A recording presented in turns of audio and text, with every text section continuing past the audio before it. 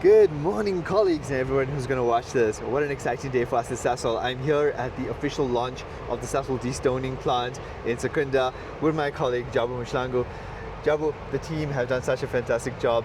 Firstly, what an honor just to be in the presence of you and in this space where there's all this excitement. We have all our colleagues here to celebrate. Tell us a little bit about, firstly, yourself, what you do in the organization, and then we can have a conversation about what's happening here today. All right, no, thanks a lot, MJ. My name is Jabu Mahlangu, as you said, MJ. I'm the operations manager here at the Sasol Destoning Plant.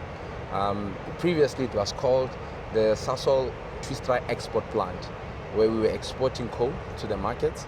Now it has been converted to a Sasol Destoning Plant.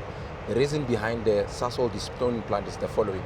Sasol mining faced a couple of challenges in terms of the coal quality that we were mining. For that reason, Sasol Destoning Plant was identified as a solution to this problem. So basically the problem we have is the problem of sinks. So all the various collieries, as they mine coal, the coal quality was having high sinks content. So, and tell us, what's the sink? So the sinks content is your rocks. Okay, so rocks in the coal. In the coal. Okay. Yeah. So meaning the geological structure of where we are mining now has changed.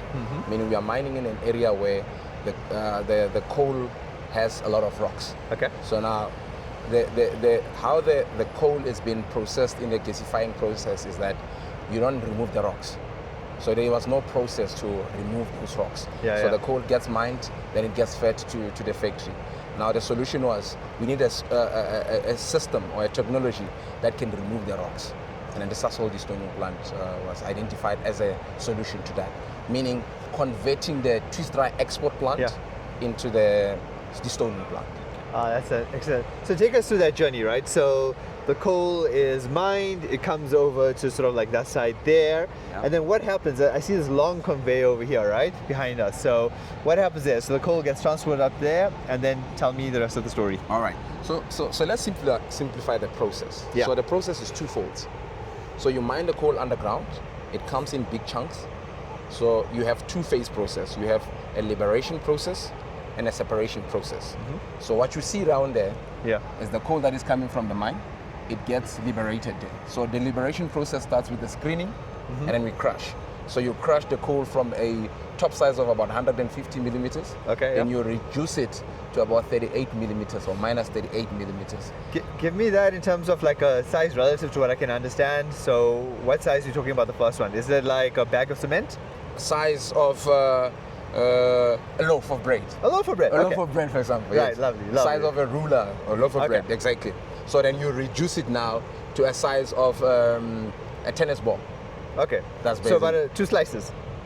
Maybe 2 slices. Yeah. It's 2 slices. I'm getting hungry. Yeah. So the reason for liberating that is because the valuable coal is locked in this big size chunk. So when you reduce the sizes, you liberate the required coal quality. Yeah.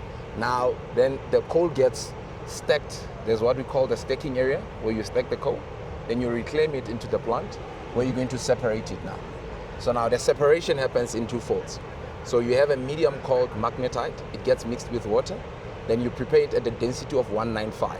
Yeah. So your floats, it's what we call the good quality coal. Okay. Your sinks, whatever that sinks, it's the stones that we throw away. Okay, so then you separate it, and then the coal goes through to the plant for the processing. Yes. And then the rocks get put to one side as well. Correct. And then the floats get sent to sink fields for gasification process, and then the sinks we just throw them away.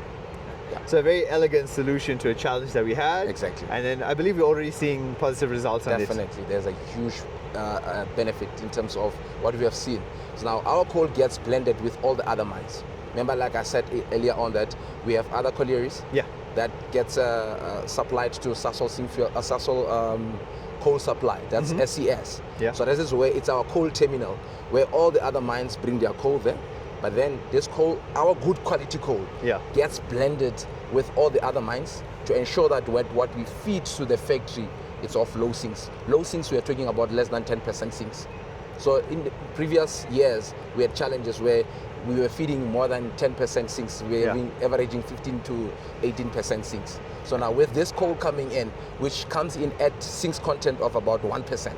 Yeah. So you have 1% sinks content that Unbelievable. gets combined with all other mines to reduce the sinks content to less than 10%. So better coal, better products. Better product, high volumes, high yields. Basically, that's what we actually. Excellent. Great Jabu, stuff. thanks so much for your insight. I appreciate it. Right. And we'll connect. I'm going to tag you in this as well, so please share it on your side. Great stuff. Thanks so much. a lot.